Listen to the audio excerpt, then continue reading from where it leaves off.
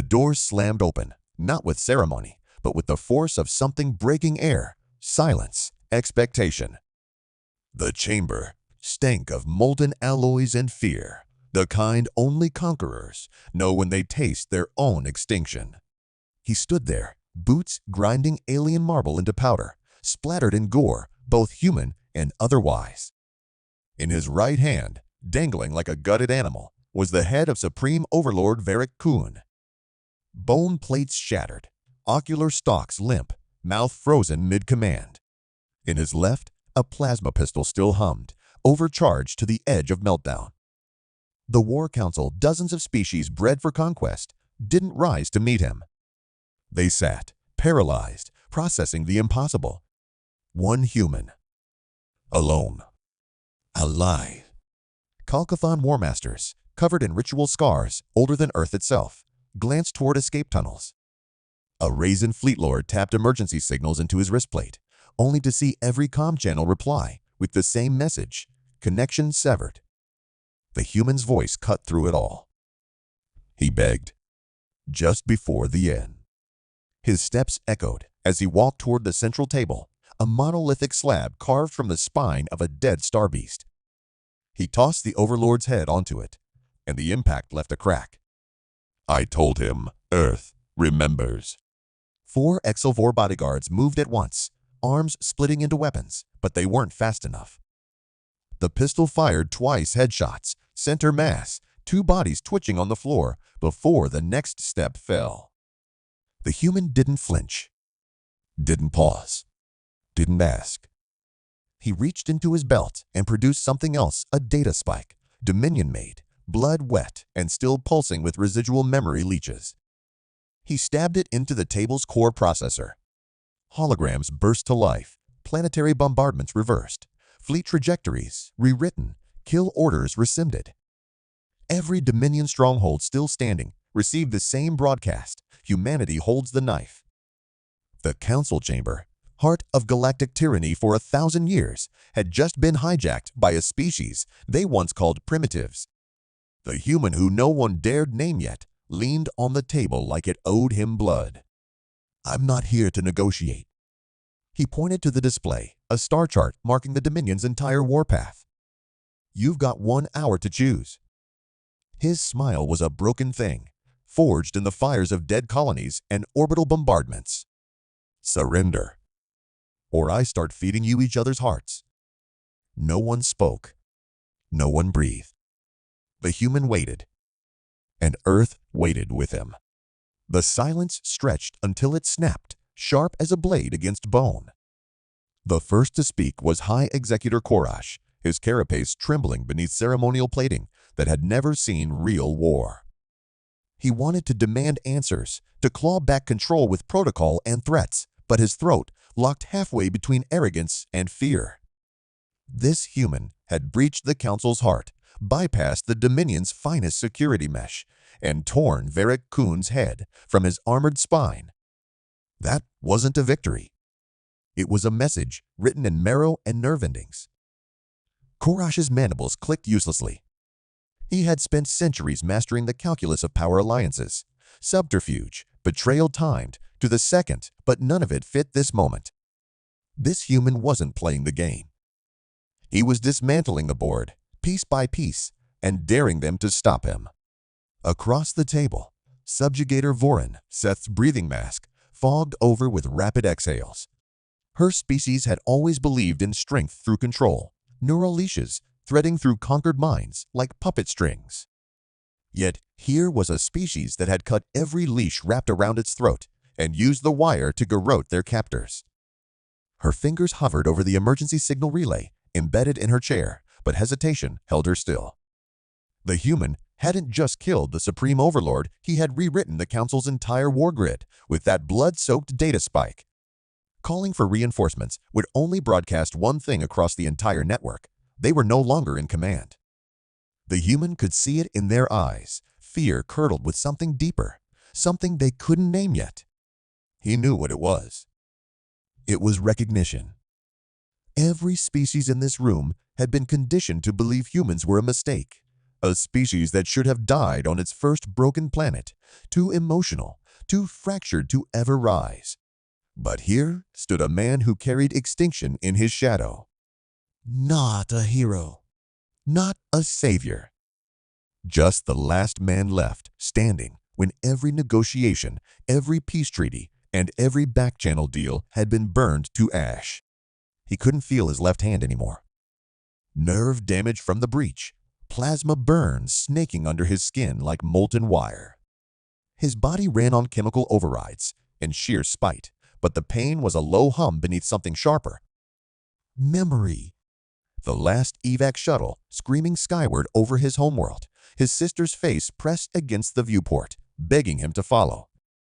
He hadn't. He stayed. And for 12 years, every day after was a crawl through hell disguised as survival hunting Dominion scouts in the ruins, eating corpses when the rations ran dry, holding the line alone when no one else was left to fight. He knew why the council was afraid. It wasn't just that a human had made it this far. It was that they all felt what he had become, a reflection of their own failure, sharpened into a knife point. They had broken countless species, shattered homeworlds, and rewritten cultures until surrender felt like destiny. But humans had swallowed that poison and spat it back, reforged in the fires they were meant to die in. The chamber lights flickered as the data spike dug deeper, rewriting encrypted war orders into suicide runs, feeding orbital kill codes into Dominion dreadnoughts waiting in high orbit. Each flicker meant another ship turning its guns inward, another planet spared the knife. Behind, the human's blood-slick boots, the severed head of Varric Kuhn stared empty-eyed at the table, its last expression frozen somewhere between rage and disbelief. Executor Korash finally found his voice, a thin, reedy thing, dressed in false bravado. "You think you can kill us all, human?" The human smile twisted, showing teeth, a predator's answer to Prey's final question. "No. I want some of you alive." His fingers flexed, feeling skin crack where dried blood had sealed to his gloves. "Because someone has to crawl back to whatever's left of your empire and tell them what's coming." No one in the room doubted what came next. This wasn't conquest. This was retribution, soaked in the blood of entire generations. And at the center stood one human, nameless to them, but unforgettable now. Not a legend. Not a ghost.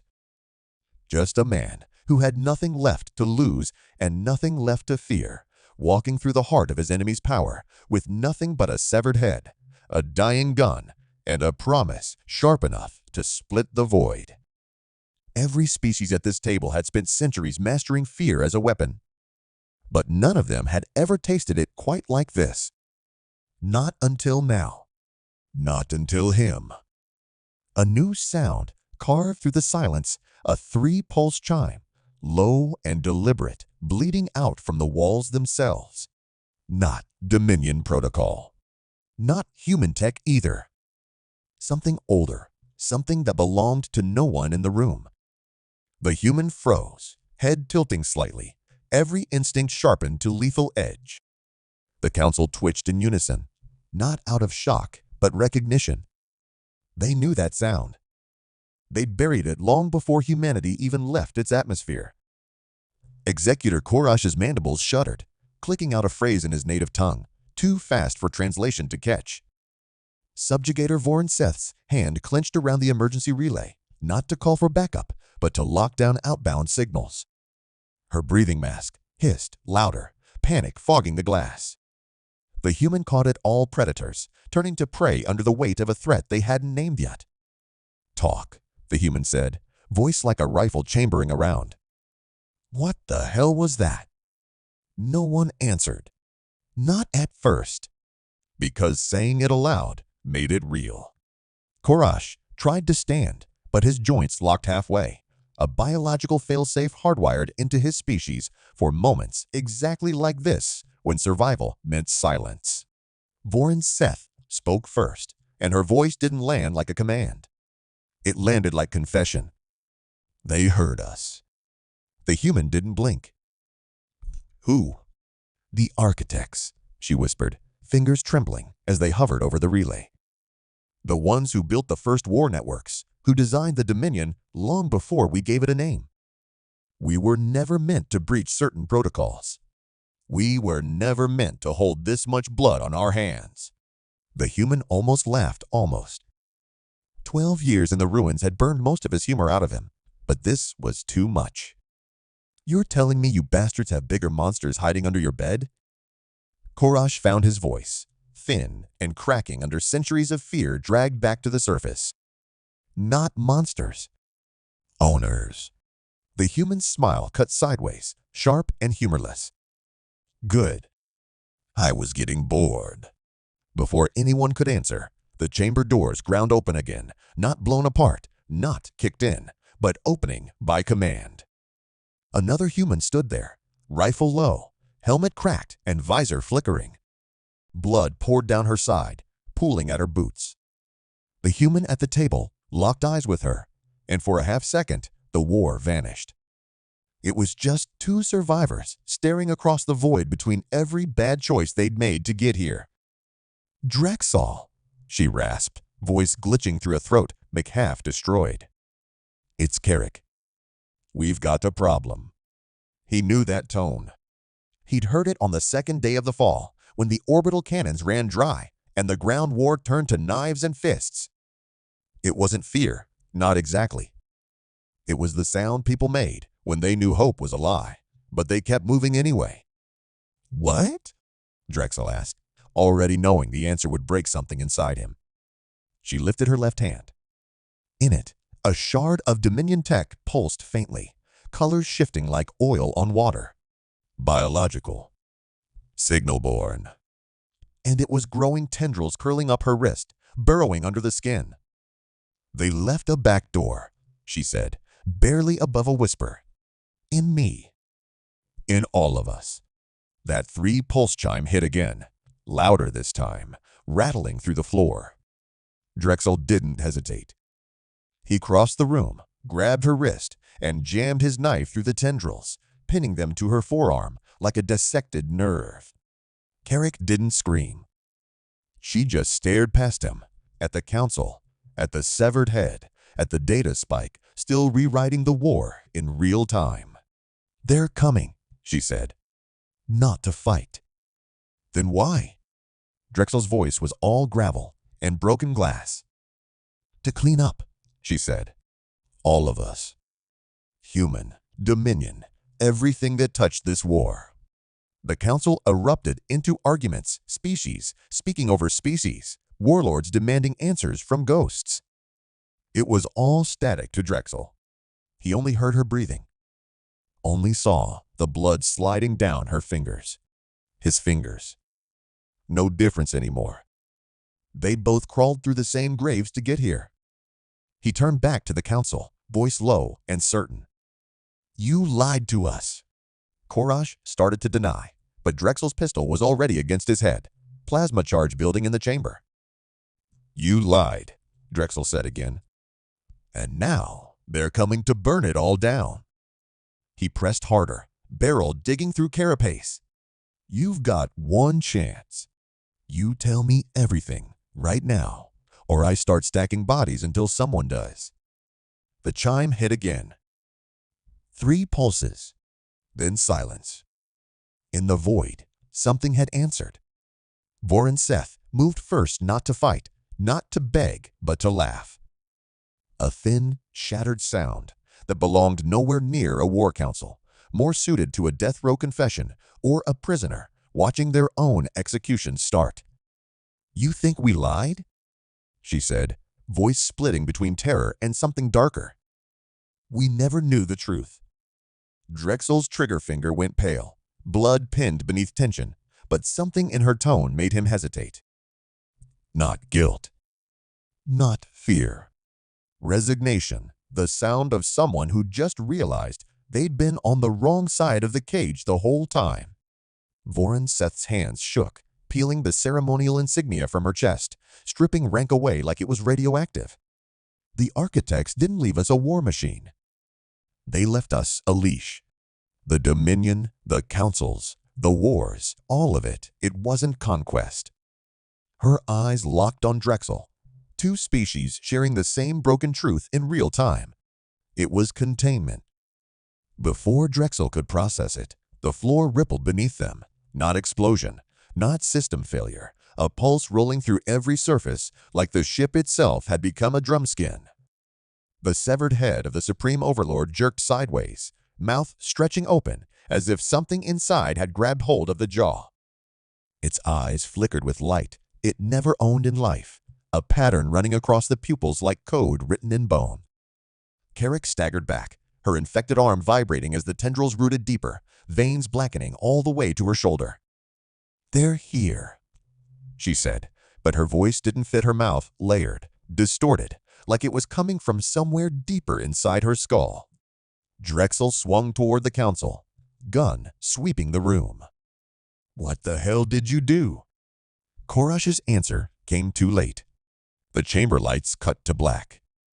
Only the severed head glowed, its jaw dislocating completely, something folding out of the throat, not organic, not machine. A transmitter? A key? No time to know. The head spoke, and every word burned like acid poured into Drexel's ears. Containment compromised. Epoch Vault breach detected. Release authorization, species 242. Drexel's gut froze. He knew that designation. Every human who survived the First Contact War knew it. 242, the Dominion's classification for Earth. Not as a conquered world. Not even as a threat. As a biological hazard. Every war, every genocide, every extermination fleet, they hadn't been trying to destroy humanity. They'd been trying to seal something in. Carrick collapsed, her body spasming against the floor, eyes flickering with the same alien code spilling from the head. Her voice tore loose, equal parts scream and transmission. We were never the weapon. We were the lock. The chamber walls groaned, bulkheads bending inward like pressure from the void itself was crushing down. Drexel's pistol trembled in his grip, aim darting between the council, the severed head, and his own crew. No right target. No right answers. Just a single truth rising through the noise like a blade through the chest. They didn't start the war. They were just the last ones dumb enough to open the wrong door. Somewhere deep in the council station, a second pulse fired not a weapon, but a beacon. Calling out. Not to reinforcements. To something older. Something buried under every war story, every alien fear, every reason species bled themselves dry to control the void. The door was open now, and something was coming through. Drexel looked down at Carrick, her breath rattling in her throat, tendrils still growing, still rewriting her from the inside out. He didn't know if he could save her. Didn't know if saving her even mattered. But he wasn't leaving her behind. He grabbed her arm, yanked her to her feet, and faced the council warlords who no longer controlled anything except how they died. Your empire's dead, Drexel said, voice low, final. Now, show me what you were so scared of. The walls screamed as they split open, void spilling in, and every question they ever asked tore itself apart in the light that followed. Next question, what's been waiting on the other side?